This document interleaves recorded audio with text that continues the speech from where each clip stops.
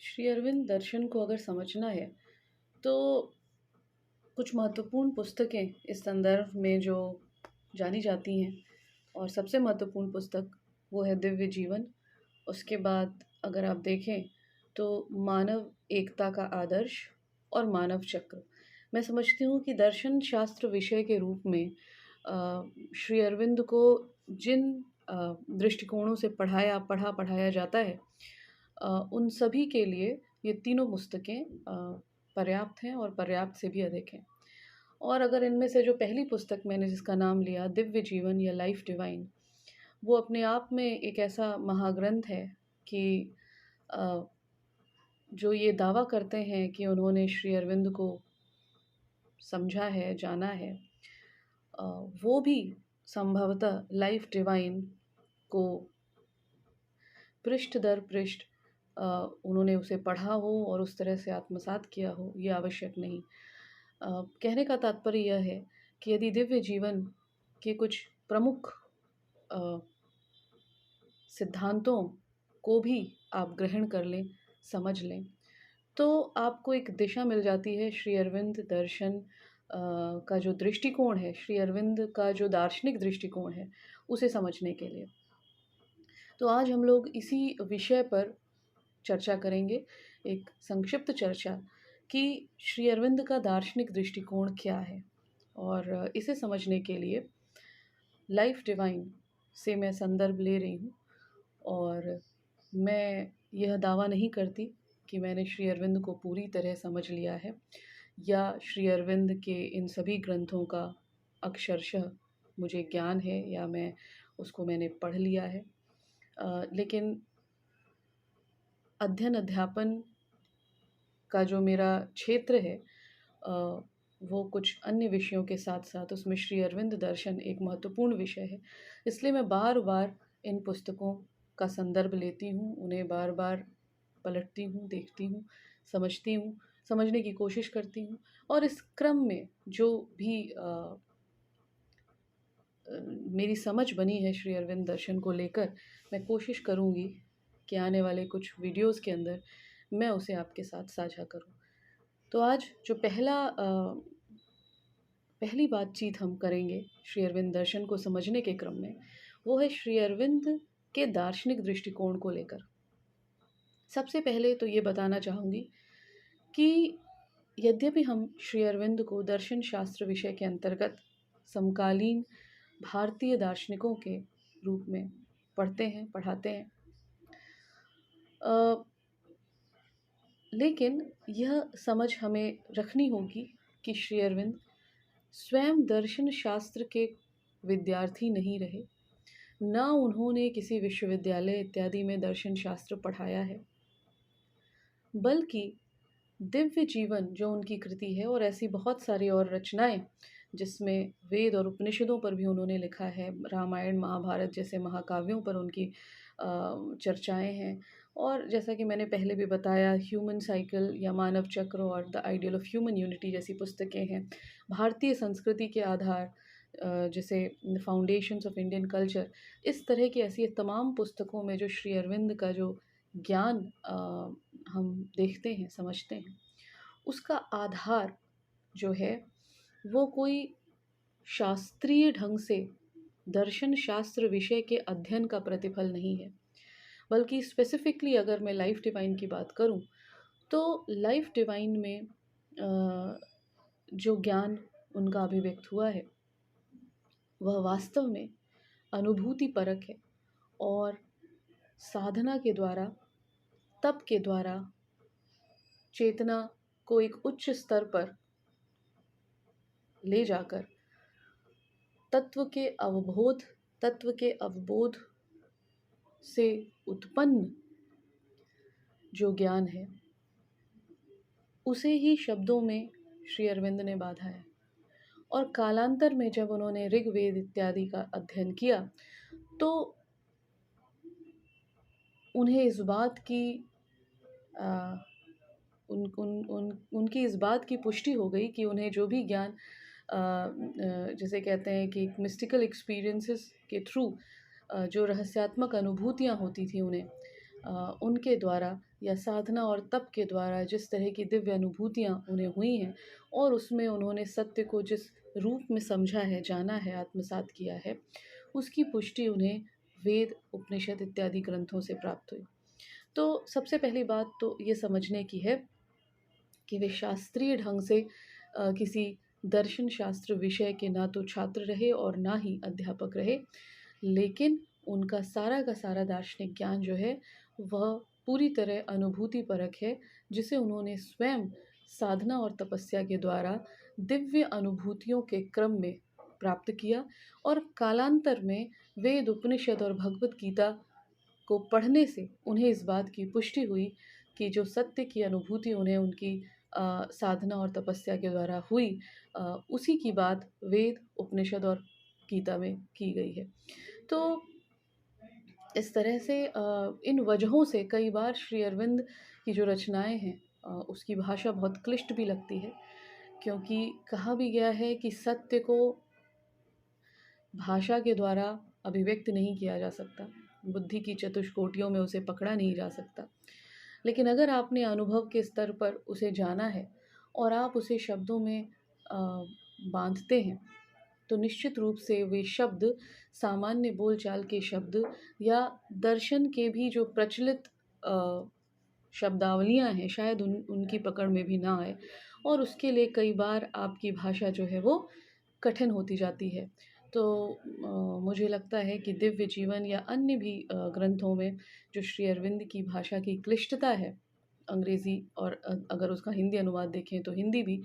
उस क्लिष्टता का कारण ही यही है कि उसमें सत्य के स्वरूप का उद्घटन करने का प्रयास शब्द चित्रों के माध्यम से किया गया है। इसलिए वे शब्द सामान्य शब्दों से परे क्लिष्ट सा शब्द बन जाते हैं। अब अगर हम श्री अरविंद के दार्शनिक दृष्टिकोण की बात करें, तो जब हम दार्शनिक दृष्टिकोण की चर्चा करते हैं तो कुछ प्रमुख शब्दावलियों में हम किसी भी अ, अ, दर्शन शाखा या किसी भी व्यक्ति के दार्शनिक झुकाव को समझ सकते हैं। इन शब्दावलियों में दो शब्दावली बहुत ही महत्वपूर्ण है। हम प्रायः कहते हैं कि फला जो दार्शनिक हैं वो भौतिकवादी हैं, या फला व्यक्ति आध्यात्मवादी है, या अमुक जो दर्शन शाखा है वो अपनी तत्व मीमांसा में एक तत्ववादी है, या बहुतत्ववादी है, या आध्यात्मवादी है, या भौतिकवादी है, या जड़वादी है। तो ये जो जड़ और आध्यात्म का एक एक विभाजन करके हम लोग चलते हैं, और उसी को श्री अरविंद दिव्य जीवन के आरंभिक अध्यायों में उसी बात को वो चैलेंज करते हैं। श्री अरविंद का मानना है कि दर्शन शास्त्र की जो सबसे बड़ी भूल रही है दोनों ही जगहों पर, चाहे भारतीय संदर्भ में या पाश्चात्य संदर्भ में, दर्शन शास्त्र की सबसे बड़ी भूल रही है कि हमने जड़ विहीन आत्मा को या आत्मा विहीन जड़ को स्वीकार किया है। और अगर हमें तत्व को पूर्ण रूपेण समझना है तो हमें जड़ और आत्मा दोनों को स्वीकार करना होगा, दोनों को एक साथ स्वीकार करना होगा, क्योंकि दोनों में मूलतः कोई भेद है ही नहीं। यदि आत्मा सच्चिदानंद है तो जड़ भी सच्चिदानंद है। ये जो है वो उनके दार्शनिक चिंतन का आरंभ बिंदु है कि ना तो हमें जड़ का निषेध करना है और ना ही हमें आत्मा का निषेध करना है। लेकिन प्रश्न यहाँ यह उठता है कि हम जड़ अथवा आत्मा का निषेध अगर करते हैं, जैसे मान लीजिए कोई व्यक्ति है, वो कहता है कि जो दृश्यमान जगत है इसमें जो जड़ तत्व है ये मूल नहीं है, मूल जो है वो आत्मा है और वही सबका आधार है, और वो आत्मा को मूल मानकर और सृष्टि की बात करता है। या फिर अगर हम विज्ञान को देखें या भारतीय संदर्भ में चार्वाक इत्यादि को देखें, तो ये वो दार्शनिक सोच है जो आत्मा को अस्वीकार करती है और जड़ को अस्वीकार करके जड़ को स्वीकार करती है। इनका मानना है कि आत्मा को आप उसका प्रत्यक्ष नहीं कर सकते, उसको आप देख नहीं सकते, उसको आप छू नहीं सकते, 5 इंद्रियों के द्वारा वो ग्राह्य नहीं है।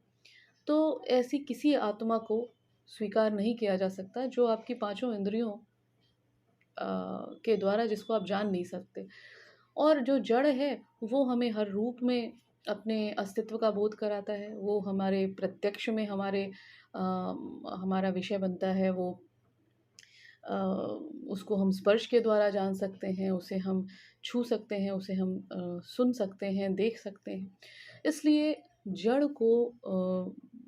स्वीकार करके, चाहे वो विज्ञान हो या भारतीय संदर्भ में चार्वाक इत्यादि की बात करते हैं, इन लोगों ने अपनी बात कही है और आत्मा को अस्वीकार किया है। लेकिन प्रश्न ये है कि यदि ऐसा किया जाता है तो इसमें समस्या क्या है? समस्या को हम बहुत उसकी डिटेल में यदि जाएँ तो बहुत ही तरह या एक विशद विवेचना उसकी बनेगी, क्योंकि जब आप जड़ का निषेध कर देते हैं आत्मा को स्वीकार करने के लिए, या आप आत्मा का निषेध कर देते हैं जड़ को स्वीकार करने के लिए, तो इन दोनों ही विचारधाराओं की अपनी कमियां हैं, अपनी न्यूनताएं हैं, और उन्हें तर्क के द्वारा, विवाद के द्वारा अ, उसको और आगे बढ़ाया जा सकता है। जो जड़ का निषेध करते हैं और आत्मा को स्वीकार करते हैं, उन्हें आप तर्क दे सकते हैं कि भाई जड़ तो सर्वत्र व्याप्त है, जड़ ही है जिसे हम अपनी इंद्रियों से जानते हैं, तो जिसका प्रत्यक्ष बोध हो रहा है उसका निषेध कैसे हो सकता है? और जो आत्मा को स्वीकार करते हैं और जड़ को निषेध करते हैं, वो आत्मा की स्वीकृति के लिए तर्क दे सकते हैं। तो बुद्धि के स्तर पर तर्क के द्वारा दोनों में से कोई भी जो सिद्धांत है वो अपने आप में कंप्लीट नहीं है, और इसीलिए फिलॉसफी के माध्यम से, दर्शन शास्त्र के माध्यम से आज तक किसी ने तत्व को समझा नहीं है। यदि आप ये कहें कि बुद्धि के द्वारा, क्योंकि दर्शन शास्त्र में किया क्या जाता है, विषयों की बौद्धिक विवेचना, उसका बौद्धिक विश्लेषण यही होता है। तो बौद्धिक विश्लेषण से आप आध्यात्मवाद की भी कमियां गिना सकते हैं और बौद्धिक विश्लेषण से जड़वाद की भी कमियां गिना सकते हैं।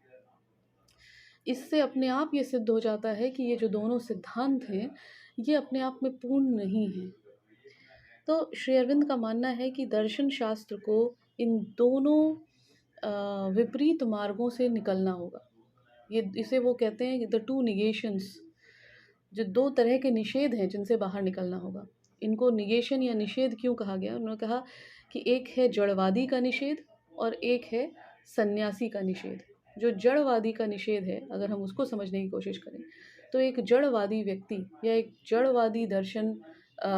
शाखा आत्मा का निषेध करती है। हाँ, जो जड़वादी व्यक्ति है वो किसका निषेध करेगा? वो आत्मा का निषेध करेगा। और दूसरा निषेध है सन्यासी का निषेध। ऐसा व्यक्ति जो सन्यासी है, जिसने संसार को मोह, माया, भ्रम मान लिया है, और जो इस संसार से विरत होने की, इससे विमुख होने की बात करता है, जिसने सन्यास धारण कर लिया है, जिसने संसार का परित्याग कर दिया है, ऐसा व्यक्ति किसका निषेध करेगा? वो जड़ का निषेध करेगा। वो इस नाना प्रपंचात्मक जगत का निषेध करेगा। ठीक है? तो ये दो तरह का निषेध है, जिसे श्री अरविंद क्रमशः जड़वादी का निषेध और सन्यासी का निषेध कहते हैं। और श्री अरविंद मानते हैं कि जब तक दर्शन शास्त्र इन दोनों प्रकार के निषेधों से बाहर नहीं निकल जाता, तत्व के स्वरूप को वह नहीं समझ सकता। अब इसमें समझने की बात यह है कि इन दोनों प्रकार के निषेधों में समस्या क्या है? श्री अरविंद का मानना है कि देखिए, जिसे आप जड़ कहकर जिसको कमतर बताते हैं, यदि हम अध्यात्मवाद की बात करें, जिसको सन्यासी का नकार शब्द दिया है श्री अरविंद ने, तो यदि हम एक सन्यासी की दृष्टि से देखें, एक आध्यात्मवादी की दृष्टि से देखें, जो जड़ को कमतर बताता है, जो जगत को भ्रम या माया जनित बताता है, और उसे आत्मा की तुलना में कमतर समझता है। श्री अरविंद का मानना है कि जो जड़ है वह भी ब्रह्म है, और वेदों का उद्धरण देते हुए श्री अरविंद दिव्य जीवन में कहते हैं, अन्नम ब्रह्मेति व्यजानात, जड़ तत्व भी ब्रह्म है। और इस जड़ तत्व के महात्म्य को एक उदाहरण से स्पष्ट करते हुए कहते हैं कि हमें ये समझना चाहिए कि ना केवल हमारे भीतर जो आत्मा निवास कर रही है वो अपने आप में दिव्य है, वो अपने आप में महत्वपूर्ण है, बल्कि हमें यह भी समझना होगा कि उस आत्म तत्व ने निवास करने के लिए अपने लिए जो महल बनाया है, जिस जगह का निर्माण किया है, जिस शरीर रूपी भवन को उसने चुना है, वह भी कोई कम महत्वपूर्ण नहीं है। वह किससे बना है? वह जड़ से बना है। तो जितना महत्वपूर्ण वह आत्मा है, उतना ही महत्वपूर्ण यह शरीर है, जिसे स्वयं आत्मा ने चुना है अपने निवास के लिए। तो यह आत्मा से कम महत्वपूर्ण नहीं हो सकता। और इसी तरह यदि हम इस दृश्य प्रपंचात्मक जगत को पूरी तरह अस्वीकार कर दें, उसको उस पारमार्थिक दृष्टि से उसके महत्व को बिल्कुल कम बना दें, तो जीवन की एक विविधता जो हमें सहज उपलब्ध है, जिसके जिसके बीच हम जन्म लेते हैं और जिसके बीच हम आजीवन रहते हैं, और जिसे उपकरण बनाकर हम अपने इस सांसारिक जीवन से मुक्त होने की भी बात करते हैं, क्योंकि ये शरीर जिसके माध्यम से हम ज्ञान की प्राप्ति की बात करते हैं, जिसके माध्यम से हम ईश्वर के भजन कीर्तन साधना और तपस्या की बात करते हैं, तो यह शरीर तो एक बहुत सुंदर उपकरण है। और ये संसार हमें एक ऐसे अवसर की तरह प्राप्त हुआ है, जिसका लाभ उठाकर हम इससे परे जाने की बात सोच सकते हैं। तो ना तो इस संसार में आना अपने आप में किसी तरह एक हीन बात है, और ना ही इस संसार के अंदर विद्यमान जो विविध रूप जगत है, उसमें रहना किसी भी प्रकार से आध्यात्मिक उन्नयन की दृष्टि से किसी भी प्रकार से बाधक है, बशर्ते कि हम इस जड़ को ब्रह्म रूप मानकर उसी प्रकार इसके साथ व्यवहार करें। तो जो हमें सहज उपलब्ध है, उसे नकारना ये किसी भी तरह से एक सामान्य बुद्धि को स्वीकार नहीं होगा। तो श्री अरविंद कहते हैं कि जड़ का निषेध जो है वो का सन्यासी के द्वारा की जाने वाली एक सबसे बड़ी दार्शनिक भूल है, जिससे हमें बचना चाहिए। और अब यदि हम दूसरी तरफ एक जड़वादी व्यक्ति की विचारधारा को देखें, तो उन्होंने केवल इस जगत को स्वीकार करके इसके आधार स्वरूप आत्म तत्व को पूरी तरह नकार दिया है। श्री अरविंद कहते हैं कि यह आत्मा के संबंध में एक तरह की दरिद्रता में प्रतिफलित होता है। जब हमें आत्मा के ज्ञान के रूप में या सच्चिदानंद के रूप में जब हमें एक इतनी बड़ी निधि, एक इतना बड़ा उपहार मिला हुआ है, और हम उसकी तरफ आंख बंद कर रहे हैं और केवल हम उन विषयों को स्वीकार कर रहे हैं जो सहज रूप से इंद्रिय ग्राह्य हैं, तो हम वास्तव में आत्मा संबंधी विषयों में एक बहुत बड़ी दरिद्रता या बहुत बड़ी जिसे कहते हैं गरीबी से ग्रस्त हो जाएंगे यदि हम ऐसा करते हैं। तो जड़वादी का जो निषेध है वो आत्मा का खंडन कर देता है, जो हमें आध्यात्मिक दृष्टि से समृद्धशाली बनाता है।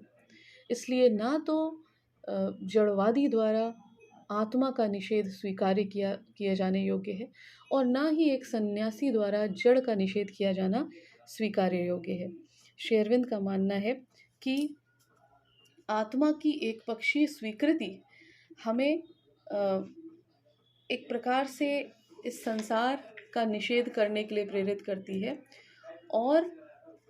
जड़ की एकमात्र एक पक्षीय स्वीकृति हमें आत्मा की जो आत्मा के रूप में जो हमें एक महत्वपूर्ण उपहार मिला हुआ है, उससे हमें विमुख जाने के लिए करती है। तो ये दोनों ही एक पक्षीय हैं, और इन दोनों एक पक्षीय नकारों से बचते हुए यदि हमें अपने जीवन को विकास के मार्ग पर आगे बढ़ाना है, तो हमें जड़ और आत्मा इन दोनों को समान रूप से स्वीकार करके आगे बढ़ना होगा। मनुष्य में दिव्य सत्ता के साथ जो एकता की एक महान अभीप्सा हमारे अंदर विद्यमान है, उस अभीप्सा की दिशा में यदि हम आगे बढ़ना चाहते हैं, तो हमें जड़ को अंगीकार करके आध्यात्म की ओर बढ़ने के लिए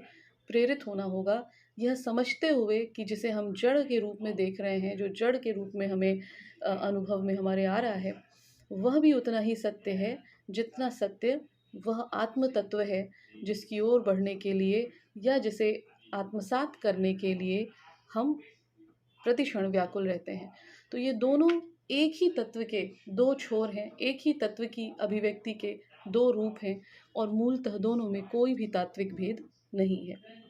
तो संक्षेप में कहा जाए तो श्री अरविंद का जो दार्शनिक दृष्टिकोण है वो वस्तुतः ना तो जड़वादी है और ना ही प्रचलित रूप से जिसे हम आध्यात्मवादी कहते हैं वो है, बल्कि यह जड़ और आत्मा दोनों को स्वीकार करके एक समन्वयात्मक दृष्टि देता है दर्शन को समझने के लिए और तत्व को समझने के लिए, और मानता है कि दर्शन शास्त्र की महान भूलों में से ये सबसे बड़ी भूल है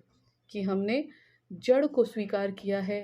या तो आत्मा की कीमत पर, अथवा हमने आत्मा को स्वीकार किया है जड़ की कीमत पर। तो हमें इन दोनों ही तरह की त्रुटियों से बचना होगा, हमें इन दोनों ही तरह के निषेधों से बाहर निकलना होगा। तो यदि हम कहें तो कुछ शब्दों में श्री अरविंद का दार्शनिक दृष्टिकोण एक तरह से समन्वयात्मक है, पूर्णतावादी है और विकासवादी है, और ये तीन शब्द उनके पूरे के पूरे दार्शनिक चिंतन में प्रतिबिंबित होते हैं, जिसे हम क्रमशः आगे आने वाले वीडियोस के माध्यम से समझने की कोशिश करेंगे। धन्यवाद।